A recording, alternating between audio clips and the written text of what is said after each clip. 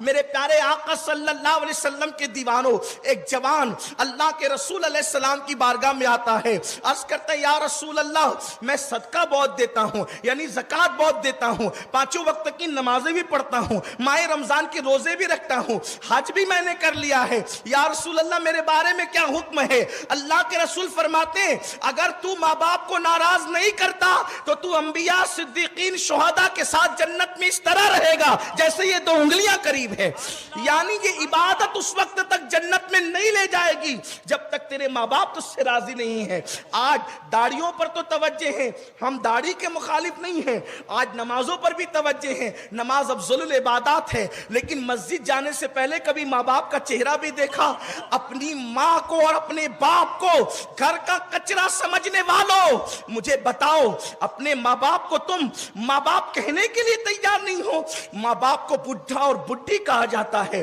بلکہ اب تو حالات یہ ہیں اپنے ماں باپ سے لوگ جلدی سے شادی کے بعد الگ ہو جاتے ہیں، علیحدہ ہو جاتے ہیں، اور اللہ اکبر ماں باپ سے دوری اختیار کر لیتے ہیں۔ آج یہ حدیث پاک سنیے، میں پھر کہتا ہوں وقت کی قلت کی پیروں میں زنجیر ہے، لیکن صرف دل کا درد آپ کے سامنے پیش کرنا چاہتا ہوں۔ ماں کو دوسروں کے بھروسے چھوڑنے والوں، باپ کو دوسروں کے بھروسے چھوڑنے والوں، میں نہیں پالوں گا میری ماں کو تو میرا بھائی پالے گا، میرا بھتیجا پال لے گا، دوسرا بھائی پالے گا، تیسرا بھائی پالے گا۔ میں کہتا ہوں کیسا المیہ ہے، جب بچے چھوٹے ہوتے ہیں تو سب کہتے ہیں میری ماں، میری ماں، میری ماں، اور جوان ہو جاتے ہیں، علاج کی بات آئے تو تیری ماں،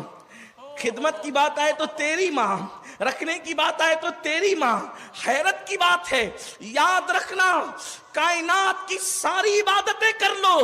اگر والدین کی رضا دامن میں نہیں ہے تو تمہارے منہ پہ پھینک دی جائے گی وہ عبادتیں جو تم نے کی ہے۔ بلکہ حدیث پاک ہے، اللہ کے رسول صلی اللہ علیہ وآلہ وسلم فرماتے ہیں اسلام میں سب سے بڑی خدا کی محبت کا ثبوت یہ ہے کہ انسان شہید ہو جائے۔ شہید کا معنی ہوتا ہے گواہی دینے کے، تو شہید کو جو سر کٹا دے اللہ کی راہ میں، جان دے دے، اس کو شہید اس لیے کہتے ہیں کہ اس نے اللہ کی محبت کی گواہی دے دی ہے۔ شہید کو شہید کہنے کا ایک مقصد یہ بھی ہے، اب سنیے، وہ شہید ہو گیا، وہ شہید ہو گیا، یعنی جان دے دی، سر نہیں جھکایا 20 منٹ کے لیے، صدقہ نہیں نکالا چند روپے کا، بلکہ جان دے دی اللہ کے لیے۔ اللہ کے رسول فرماتے ہیں اگر ماں باپ یا دونوں میں سے کوئی ایک بھی ناراض ہے تب بھی وہ شہید ہو کر بھی جنت میں نہیں جائے گا، شہید ہو کر بھی اس کو جنت نہیں ملے گی۔ ارے ماں باپ کی خوشی کے بغیر شہادت پر بھی جنت نہیں ملتی۔ ماں باپ کو چھوڑ کر الگ گھر بسانے والوں کو خوشیاں کیسے ملے گی؟ کہاں ہے آج کے میرے جوان اور آج کل کی خواتین بھی، نوجوان لڑکیاں بھی گھر میں 6 مہینہ 4 مہینہ رہتی ہے اور پھر کہتی ہے اگر آپ کو میرے ساتھ رہنا ہے تو تمہارے ماں باپ کے ساتھ میں رہنا نہیں چاہتی، اور پھر وہ جورو کا غلام اپنی بیوی کی خاطر اپنے ماں باپ کو چھوڑ دیتا ہے۔ اللہ کے رسول فرماتے ہیں جو اپنی بیوی کو اپنی ماں پہ ترجیح دے اللہ نے اس پہ جنت کی خوشبو بھی حرام کر دی ہے، نہ اس کا فرض قبول ہے نہ اس کا نفل قبول ہے۔ یہ اللہ کے رسول کی حدیث ہے کہ جس نے بیوی کو ترجیح دی ماں پر، اللہ کے رسول فرماتے ہیں اس کا خدا فرض بھی قبول نہیں کرتا، نفل بھی قبول نہیں کرتا۔ یہ میں نہیں کہہ رہا ہوں، جس کے کہنے پہ ہم نے کلمہ پڑھا ہے۔ آج کل کی عورتیں یہ سمجھتی ہیں کہ اگر وہ اپنی ساس کو بے سہارا چھوڑ کر نکل جائیں گی، اپنی ساس کو بے سہارا چھوڑ کر نکل جائیں گی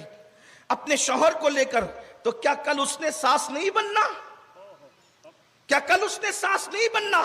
تم کسی کے بیٹے کو ظلمن چھین لے جاؤ گی، تمہاری اولاد بھی تم سے چھینی جائے گی۔ میرے نبی نے فرمایا البر لا یبلا والذنب لا ینسا والدیان لا یموت، اعمل ما شئت کما تدین تدان،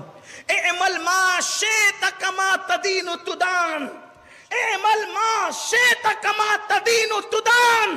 اللہ کے رسول فرماتے ہیں نیکی کبھی پرانی نہیں ہو سکتی، گناہ کبھی بھلایا نہیں جا سکتا، صلہ دینے والے خدا کو کبھی موت نہیں آئے گی، تم جیسا کرو گے ویسا بھرو گے۔